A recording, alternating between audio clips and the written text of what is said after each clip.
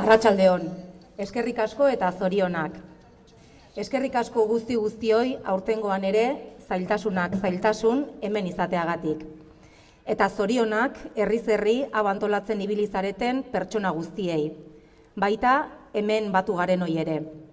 Irudi ederra sortu dugu gaur Euskal Herriko luze zabalean, behon deigula. Gaurko egunez, urtez urte, Bilbon elkartu gara milaka eta milaka pertsona. Aurtengoan, herritar guzti horiek gure herrietan batu gara.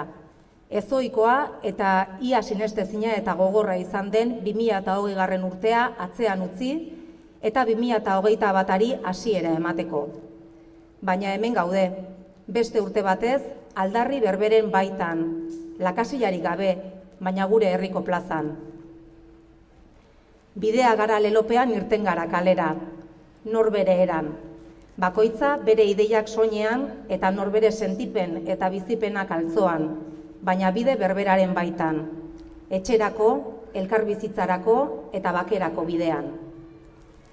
Pozgarria da azken urte hauetan norbanako ezberdinak elkarrekin lanean ikustea, elkar ulertzea, elkar entzun eta hitz egitea. Aurrera pausu ugari eman dira, empatia eta giza eskubideak oinarri. Bizipen anitzeko norbanakoen ahaleginari, alor sindikal, instituzional, sozial eta politikotik etorritako adostasun eta akordioek egin diote ekarpena. Azalean sufritu eta zauriak dituztenen ahots batzuk ere entzun ditugu, egoera hau aldatzearen alde.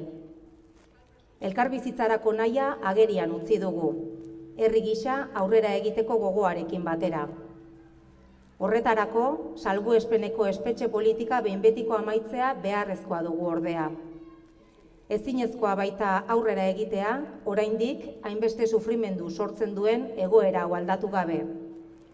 Ezin da aurrera egin, senideak eta bereziki haurrak eta adineko pertsonak zigortzen dituen urruntze politika aldatu gabe.